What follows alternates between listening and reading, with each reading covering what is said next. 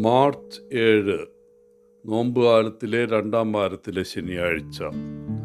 ലൂക്ക 15 1 മുതൽ 3 വരെയും 11 മുതൽ 32 വരെയും വാക്യങ്ങൾ. കെനിയയിലെ സാമുവൽ ഡിറാങ്കുവിൻ്റെ ഭാര്യ പെനിന വാങ്കച്ചി ഒരു അസാധാരണ സ്ത്രീയാണ്. അവരുടെ ഭർത്താവിൻ്റെ ആക്രമണത്തിൽ അവർക്ക് 17 കത്തിക്കുത്തുകളേറ്റു. ഇതിനു മുമ്പും അവരുടെ ദാമ്പത്യം തകർന്നിരുന്നു. അയാൾ പല പ്രാവശ്യം അവളെ ബോധം കെട്ട് വീഴ്ത്തുമ്പോളം ഉപദ്രവിക്കുമായിരുന്നു. 2019 ഏപ്രിൽ 9 വീട്ടിലെത്തിയ അയാൾ അവളെ കൊല്ലുമെന്ന് ഭീഷണിപ്പെടുത്തി. അവൾ ഉറങ്ങുമ്പോൾ അയാൾ അവളെ കത്തി കൊണ്ട് ആക്രമിച്ചു.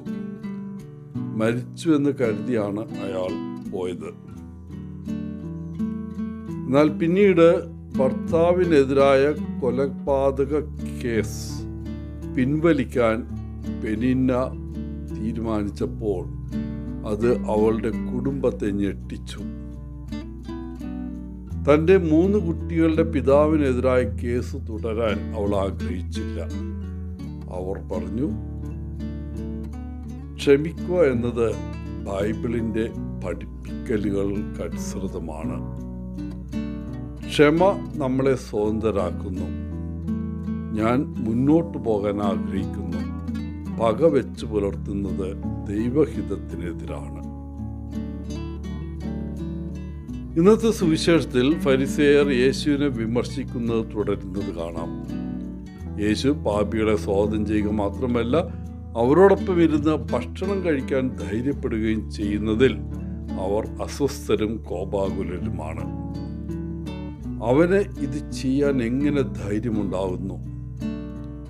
എല്ലായ്പ്പോഴും എന്ന പോലെ ഫരിസേയരുടെ മനസ്സും ഹൃദയം വായിക്കാൻ യേശുവിന് കഴിഞ്ഞു. അവരുടെ ആ പുറത്ത് പറയാത്ത വിമർശനങ്ങൾക്ക് മറുപടി നൽകാൻ യേശു തീരുമാനിക്കുന്നു. പലപ്പോഴും ചെയ്യുന്നത് പോലെ യേശു അവരോട് ഒരു ഉപമ പറയുന്നു. അങ്ങനെ ഇന്ന് നമുക്ക് മുടിയനായ പുത്രൻ്റെ സുപരിചിതമായ കഥ ലഭിക്കുന്നു. ഈ കഥയിൽ 3 വ്യക്തികളുണ്ട്. അവരുമായി നമുക്ക് താതാത്മ്യം ഒരുപക്ഷെ നമ്മളെ തന്നെ തിരിച്ചറിയാൻ സാധിക്കും. ഒന്ന്, പിതാവിൽ നിന്ന് വളരെ അകലെ പോയി ഏറ്റവും നിന്ദ്യമായ ഒരു ജീവിതത്തിലേക്ക് പ്രവേശിച്ച ഇളയ മകൻ. 2, താൻ നല്ലവനും നീതിമാനുമാണെന്ന് കരുതിയ എന്നാൽ ഉള്ളിൻ്റെ ഉള്ളിൽ പിതാവിൻ്റെ മനസ്സ് ഒട്ടും ഉണ്ടായിട്ടില്ലാത്ത ഒരു മൂത്ത മകൻ. അവൻ എല്ലാ കൽപ്പനകളും നിയമങ്ങളും പാലിച്ചു, പക്ഷെ ക്ഷമിക്കുന്നൊരു ഹൃദയം ഉണ്ടായിരുന്നില്ല.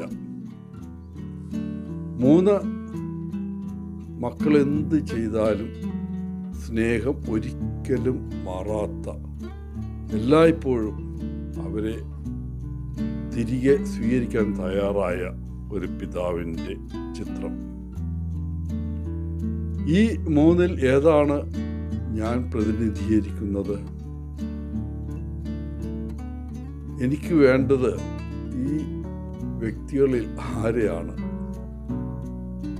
പ്രിയപ്പെട്ടവരെ, ഇന്നത്തെ ഈ സുവിശേഷം നമുക്ക് വ്യക്തമായ 2 പാഠങ്ങൾ നൽകുന്നു.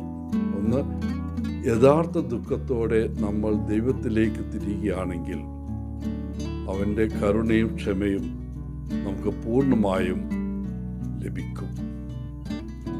2, നമ്മെ വ്രണപ്പെടുത്തുന്ന ആളുകളോട്